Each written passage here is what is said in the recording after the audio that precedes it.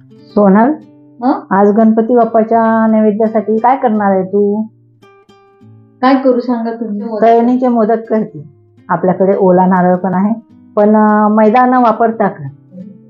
बरं ठीक आहे, मग आज ना तळणीचे मोदक ते पण नारळाचे आणि मैदा न वापरता करते. हा, ठीक तर आहे. तर चला आजच्या आपल्या या गणपती बाप्पासाठी तळणीच्या मोदकाची रेसिपीला सुरुवात करू.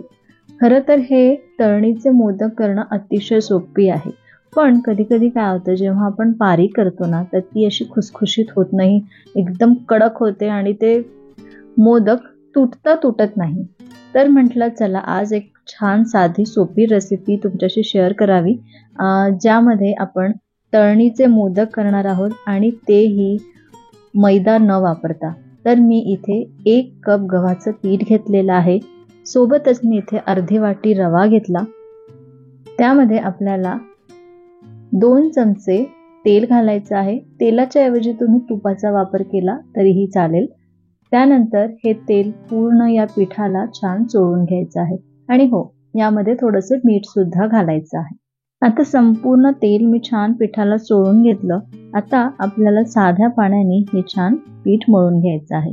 तर आपल्याला हे थोडंसं घट्ट असं पीठ मळायचं आहे, म्हणजे चपाती करतो त्याच्यापेक्षा थोडंसं घट्ट. हे बघा, इतकं घट्ट आपल्याला भिजवायचं आहे. आता पाण्याचं प्रमाण मी सांगत नाहीये, कारण जसं पीठ असेल, जसा गहू असेल तसं पाण्याचं प्रमाण कमी जास्त होऊ शकतं. म्हणून इतपत घट्ट होतपर्यंत आपण हे मळून घेऊ. आता याला झाकून बाजूला ठेवू. आता या मोदकाचं, या तळणीच्या मोदकाचं सारण तयार करून घेऊ. त्यासाठी इथे मी 1 चमचा तूप घेत आहे. तूप गरम झालं की यामध्ये 3-4 काजू आणि 3-4 बदाम असे मी बारीक करून घेतले, ते घालून घेऊ. हे फक्त 30 सेकंद आपण छान परतवून घेऊ. या तुपामध्ये याचा खमंग सुगंध येतो, म्हणून छान परतवून घ्यायचं. कच्चे ड्रायफ्रुट्स घालायचे नाही, कारण कच्चे ड्रायफ्रुट्सने काय होतं, एकतर हे जे आपले तळणीचे मोदक आहे ते जास्त दिवस टिकणार पण नाही आणि मऊ पडतील, आणि जर तळलेले ड्रायफ्रुट्स असेल ना तर त्याची चव पण खूप छान येते. त्यानंतर मी इथे 1 कप नारळाचं चव घातलेलं आहे. तर मी इथे ओलं नारळ छान खवून घेतलं आणि ते 1 कप घातलेलं आहे. आता याला पण आपण 1 ते 2 मिनिटं परतवून घेऊ, किंवा याचा थोडासा ओलसरपणा कमी होतपर्यंत परतवून घेऊ. हे बघा, मी 2 मिनिटं याला छान परतवून घेतलं. थोडासा नारळ असा मोकळा दिसतोय. आता यामध्ये गूळ घालू. तर इथे मी अर्धा कप गूळ घालत आहे. आपलं जे नारळ आहे खवलेलं ते 1 कप होतं, त्याच्या निम्म इथे मी गूळ घालत आहे. आता हे छान मिक्स करून घेऊ.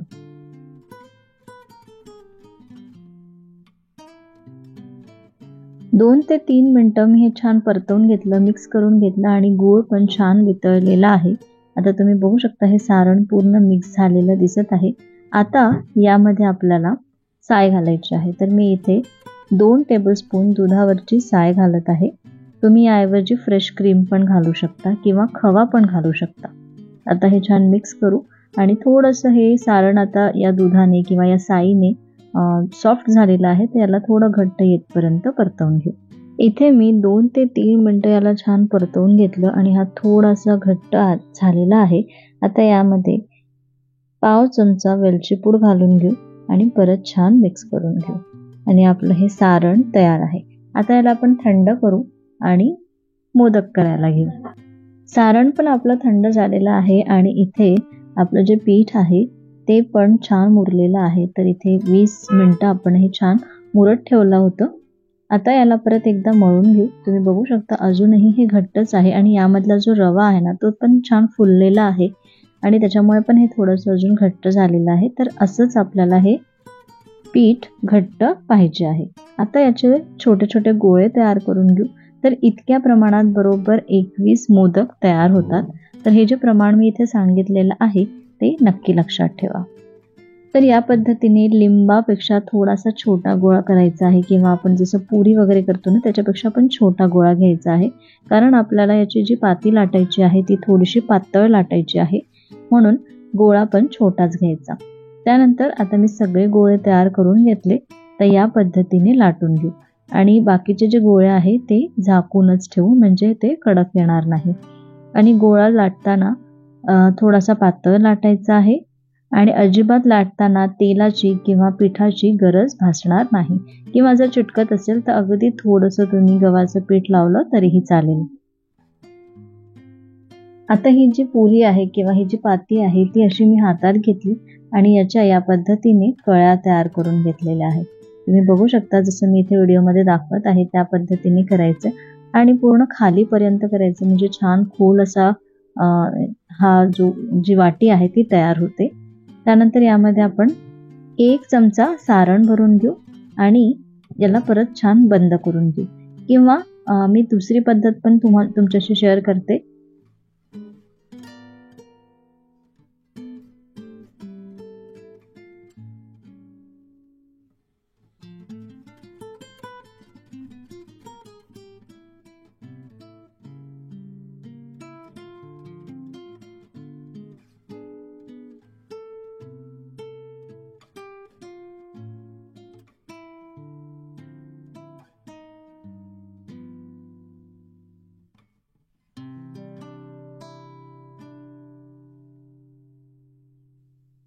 हे बघा, या पद्धतीने असा आपला मोदक तयार झालेला आहे.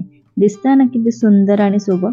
आता मी काय केलं, परत अशीच पुरी तयार करून घेतली आणि सुरुवातीला यामध्ये सारण घातलं आणि नंतर याच्या कळ्या केल्या. तर असं केलं तरीही चालेल. आता याच्या कळ्या करून याच पद्धतीने आपण बंद करून घेऊ आणि मस्त आपला हा मोदक तयार करू.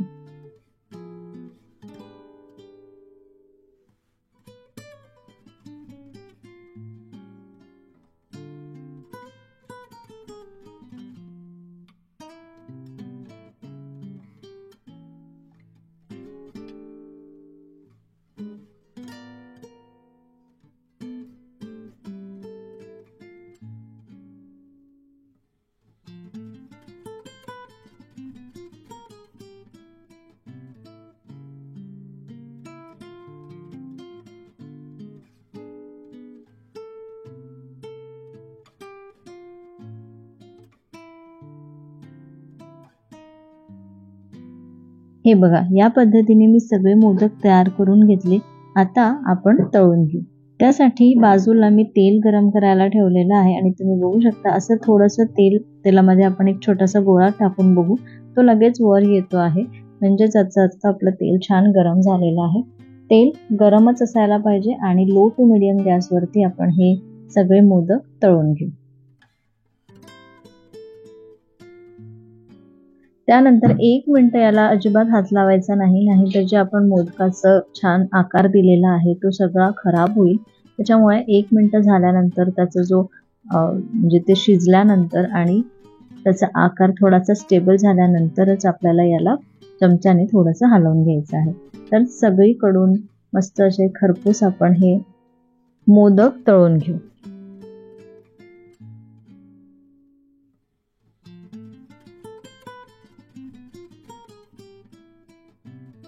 हे बघा, बघू शकता किती मस्त असा लाईट गोल्डन आणि असा खरपूस रंग आलेला आहे.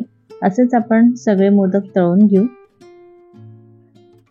हे बघा मम्मी, मोदक तयार झाले आहे आणि मस्त गव्हाच्या पिठाचे केले आहे. अजिबात मैदा वापरला नाहीये. एक तोडून बघा मस्त कसा झाला, ते खुसखुशीत झालाय का? खूप छान झालाय, खुसखुशीत झालाय, एकदम सुंदरच दिसतोय मोदक. हे बघा, मस्त खुसखुशीत हा आपला तळणीचा मोदक तयार झालेला आहे. किती पटकन तुटतोय, अजिबात कडक नाही झाला किंवा असा मऊ पण झालेला नाहीये. जरी हा गव्हाच्या पिठाचा मोदक असला तरीही अजिबात सॉफ्ट होत नाही आणि याला 8 दिवस तुम्ही छान स्टोअर करून घेऊ शकता. तर हे माझे मोदक मी गणपती बाप्पाला नैवेद्य दाखवणार आहे. तुम्ही पण माझ्या या पद्धतीने गव्हाच्या पिठाचे असे तळणीचे मोदक नक्की करून बघा. मी सोनल पुन्हा भेटते अशाच मस्त मस्त रेसिपी सोबत. तोपर्यंत धन्यवाद.